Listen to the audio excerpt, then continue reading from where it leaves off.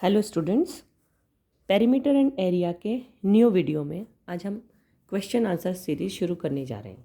हमें फार्मूला पता चल चुके हैं, उन्हीं फार्मूला पर बेस्ड हम कुछ क्वेश्चन सॉल्व करने की कोशिश करेंगे जो थोड़े से ट्रिकी होते हैं और स्टूडेंट्स को क्वेश्चन सॉल्व करने में बहुत प्रॉब्लम आती है। कोशिश करेंगे एक एक क्वेश्चन लेने की और उसे पूरी तरह से समझने की। ये मैं आपको करवा चुकी हूँ, आप देख सकते हैं मेरे किसी शॉर्ट वीडियो में। ये वाले हम क्वेश्चंस कर चुके हैं। अब हम क्वेश्चन 2 शुरू कर रहे हैं। अ रेक्टेंगल, जैसे ही आप पढ़ोगे अ रेक्टेंगल, आपको पूरा क्वेश्चन यहाँ से लेके यहाँ तक नहीं पढ़ना है। आपने जैसे ही सोचा यहाँ पढ़ा a rectangle, you will have to draw a rectangle on your notebook. उससे आपको बहुत अच्छे से क्लियर हो जाता है। आप कोशिश कीजिए कि जैसे जैसे हम क्वेश्चन पढ़ते जाएं उसको वैसा का वैसा नोटबुक में कॉपी करते जाएं। A rectangle having side length हमने लिखा हुआ है 5 सेंटीमीटर एंड 3 सेंटीमीटर। तो दिस इज अंडरस्टूड कि 5 सेंटीमीटर ये होगा और 3 सेंटीमीटर ये होगा। दिस इज अंडरस्टूड क्योंकि लेंथ ये है और ब्रेड्थ ही है। ये हो गया 5 सेंटीमीटर, ये हो गया 3 centimetre. This is length and this is breadth. अब इसको यहाँ लिख भी लो, length is 5 centimetre in a rectangle and breadth is 3 centimetre. ठीक है, थोड़ा थोड़ा पढ़ेंगे, थोड़ा थोड़ा लिखेंगे, थोड़ा थोड़ा पढ़ेंगे, उसके बाद थोड़ा थोड़ा लिखेंगे तो हमारे को अच्छे से क्लियर हो जाएगा। यहाँ तक हम लिख चुके हैं। Is made using a piece of wire. ठीक है, हमने एक वायर लिया था, ये है एक वायर, ये है एक वायर, और इसको हमने बेंड कर करके ये शेप बनाई है। ये एक वायर है, ये क्या है? एक वायर, ये एक वायर है। इस वायर को हमने ऐसे मोड़ा, ऐसे मोड़ा, ऐसे मोड़ा, इसको बेंड किया और ये शेप हमने ड्रॉ कर दी। इस स्टेटमेंट से हमें ये लाइन समझ में आ गई कि हमने इसको इस तरीके से मोड़ा कि एक रेक्टेंगल शेप बनाया और उसकी लेंथ हमारी आई है 5 सेंटीमीटर और ब्रेड्थ आई है 3 सेंटीमीटर। यहाँ तक हमें अच्छे से समझ में आ चुका है। अब हम किस चीज़ के बारे में बात कर रहे हैं? पहले हम ये सोचते हैं, क्या हम एरिया के बारे में बात कर रहे हैं या हम पेरीमीटर के बारे में बात कर रहे हैं?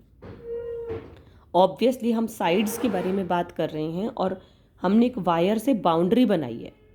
अंदर का हमने कुछ नहीं बनाया है, अंदर की हमने अभी तक बात नहीं की, हमने सिर्फ बाउंड्री बनाई। तो ऑब्वियसली हम पेरीमीटर की बात कर रहे हैं। ठीक है, तो हमने इसका, हमारे पास एल है, बी है, और हमें यह भी पता चल चुका है कि हम पेरीमीटर की बात कर रहे हैं। Then it is understood clearly कि हमें पेरीमीटर फाइंड आउट करना है। स्टार्ट हो जाइए, start writing formula first. Perimeter of a rectangle. ठीक है, पेरीमीटर ऑफ अ रेक्टेंगल क्या होता है? क्या होता है? 2 इंटू एल प्लस बी। ठीक है, perimeter of a rectangle is equal to 2 into L plus B. ये लिखना बहुत ज़रूरी है क्योंकि ये हमारा फार्मूला है और इसी फार्मूले को बेस बना के हम अपना आंसर निकालेंगे। ठीक है, ये किया। इसके बाद 2 इंटू एल प्लस बी, इस फार्मूले के अंदर इस लेंथ को और इस ब्रेड्थ को फिट करना है, नंबर्स को फिट करना है। तो एल इंटू बी को हटा के हम ये लिखेंगे 2 इंटू, यहाँ से शुरू कर दो, यहाँ जगह कम है तो आप यहाँ आ जाइए। एल का मतलब है 5 सेंटीमीटर, 5, बी का मतलब है 3 सेंटीमीटर, प्लस लगाया और यहाँ लिखा 3। 2 को मल्टीप्लाई करेंगे इससे और इससे, लेकिन पहले इन दोनों को प्लस कर लेते हैं। क्यों? क्योंकि हमने बता चुके हैं कि हम पहले ब्रैकेट को सॉल्व करते हैं। ब्रैकेट के अंदर क्या है? 5 + 3 है, तो इसका मतलब हो गया 8।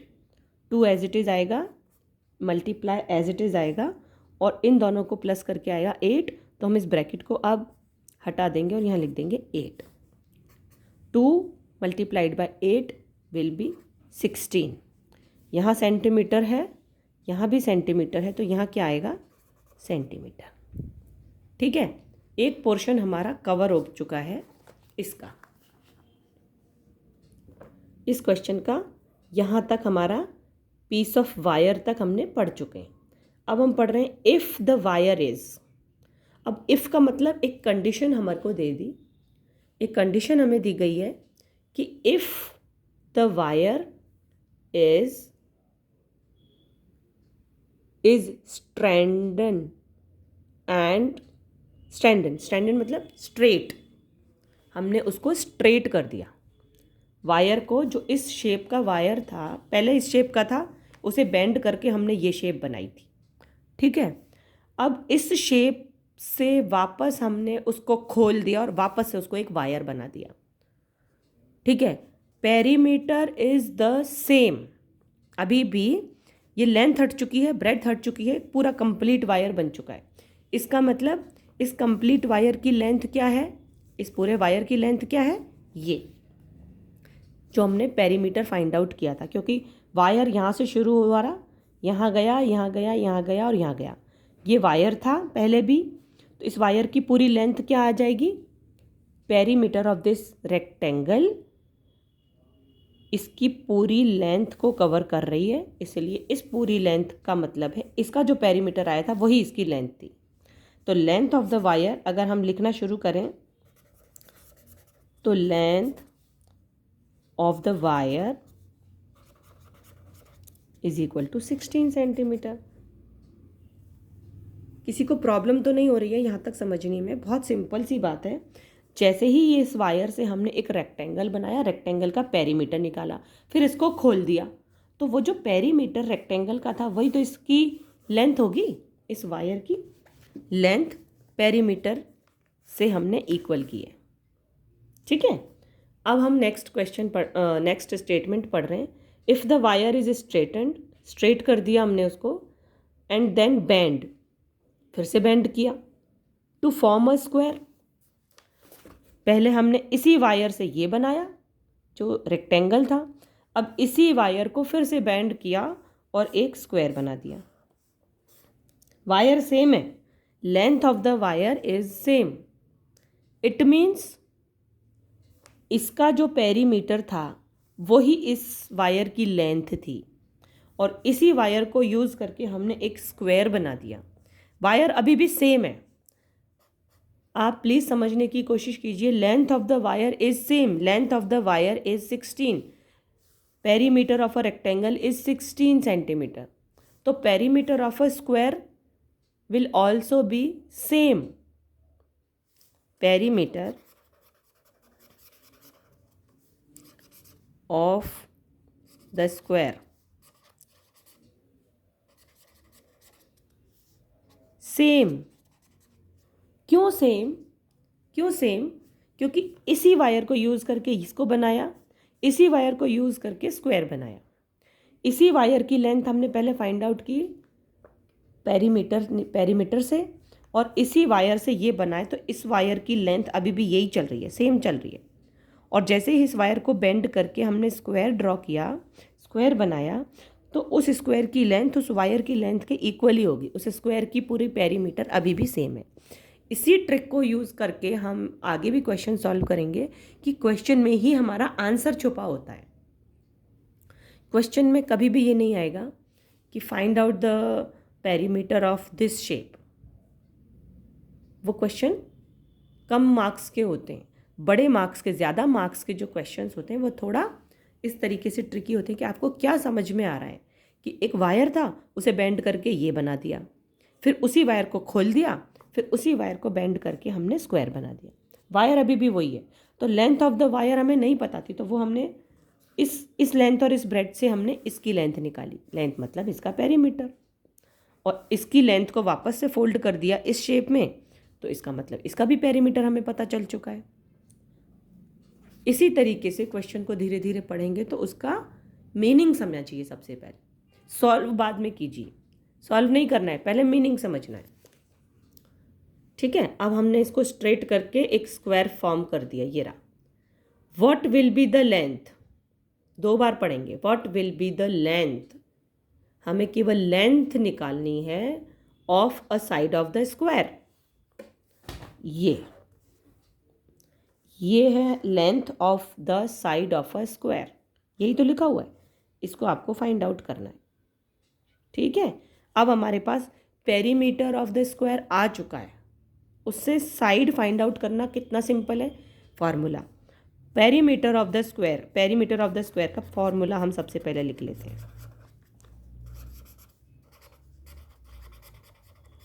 स्क्वायर का फॉर्मूला क्या होता है, सबको पता है, 4 इंटू साइड। ठीक है, ये हमारा फॉर्मूला है।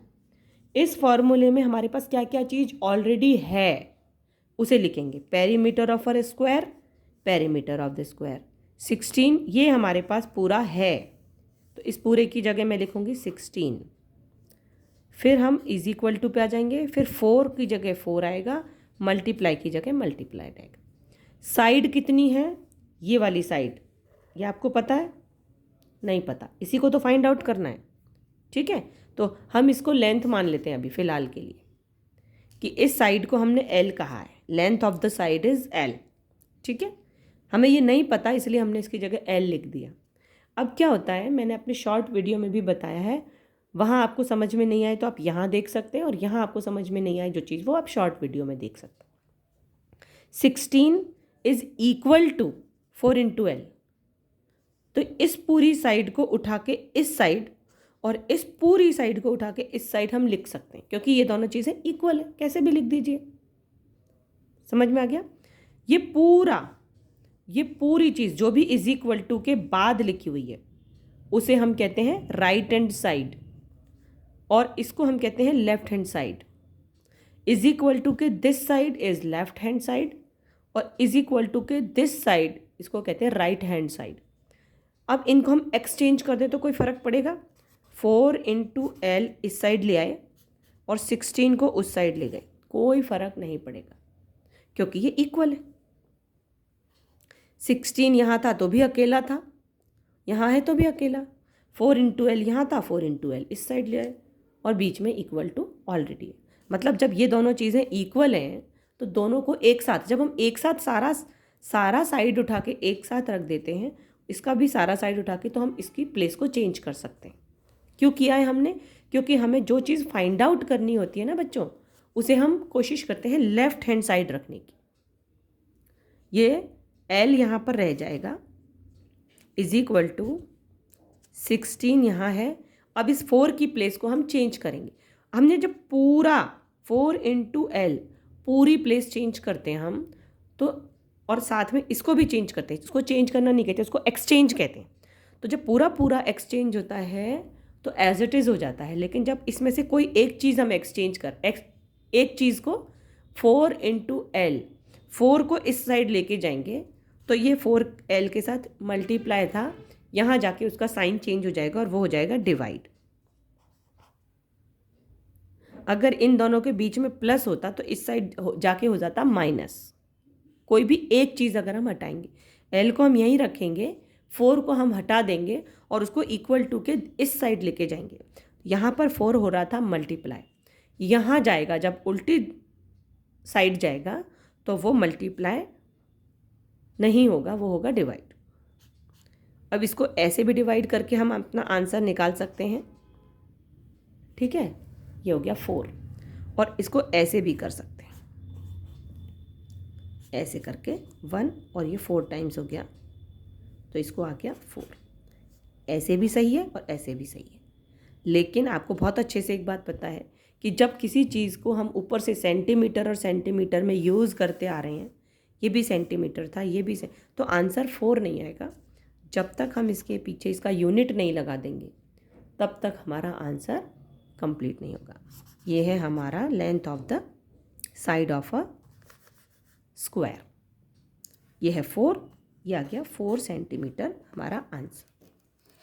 अब जिसको भी समझ में नहीं आया, आप प्लीज़ इसको अपनी रफ नोटबुक में एक बार प्रैक्टिस कीजिए, क्वेश्चन को बार बार पढ़ने की प्रैक्टिस कीजिए। चलिए मिलते हैं नेक्स्ट वीडियो में। Thank you.